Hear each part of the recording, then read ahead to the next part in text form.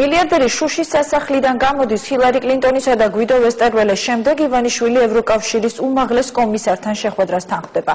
შტეფან ფულესთან გამართული ვახშამი და ქართული ოცნების გაკვირვებული ლიდერი ვინან რამ მოახდინა გარდატეხა ოლიგარქის დიპლომატიაზე თორნიკე კოშკაძე ამბობთ. ვახშამზე ვიყავით, ნამდვილ ვახშამზე ვიყავით.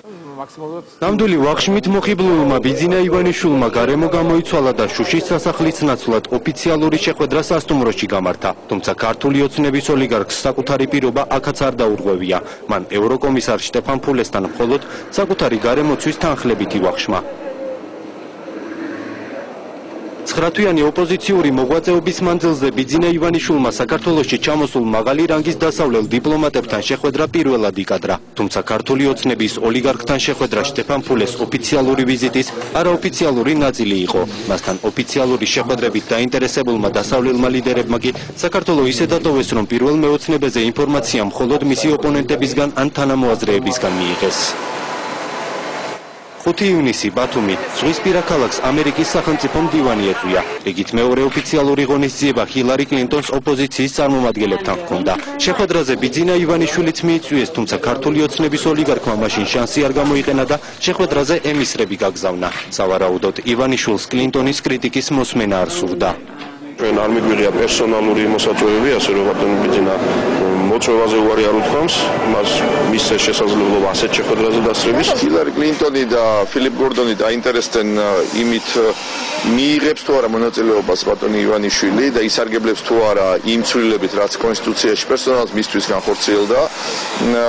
ამაზე ოცნების წარმომადგენლებმა გასცეს პასუხი, რომ არა, რაც გარკვეულწილად გაკვირვებას იწვევს ზოგადად ჩვენს მეგობრებში, ამერიკელებში. მანამდე კი იყო გერმანიის საგარეო საქმეთა მინისტრის ვიზიტი. ივანიშვილი არც გვიდო ვესტერველეს მიწვევას დასთანხმდა. გერმანიის პირველი დიპლომატისგან შეურაცხყოფილმა პირველმა მეოცნებამ მიზეზები გერმანულ შპიგელთან ინტერვიუში ახსნა და ამავე ინტერვიუში ვესტერველესთან შეხვედრაზე მისული საკუთარი გარემოცვა ფსევდოოპოზიციონერებად მოიხსენია. გულწრფელად რომ გითხრათ, ცოტა არ იყოს შეურაცხყოფილი დარჩიმან. იმავე შეხვედრაზე მიმიწვია, სადაც იმ ფსევდოოპოზიციის წარმომადგენლებს ხვდებოდა, რომლებიც სააკაშვილის ჭიბეში ყავს. კიდევ ერთხელ არის განკალკულებული ხაზგასმა, ხო, როცა საუბარია კეთილმეზობლურ ურთიერთობაზე რუსეთთან, მათთან კომუნიკაციაზე და მეორე მხრივ ბიძინა ივანიშვილი არ მიდის გერმანიის საგარეო საქმეთა მინისტრთან შეხვედრაზე.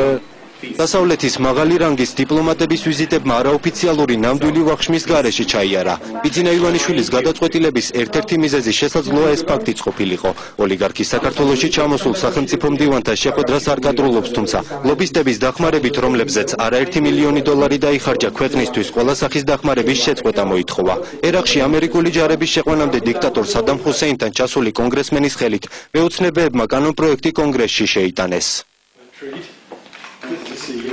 ბიძინა ივანიშვილის შუშის სასახლის სტუმარი მსოფლიო დიქტატორთან ურთიერთობით გამორჩეული კიდევ ერთი ყოფილი დიპლომატიც იყო.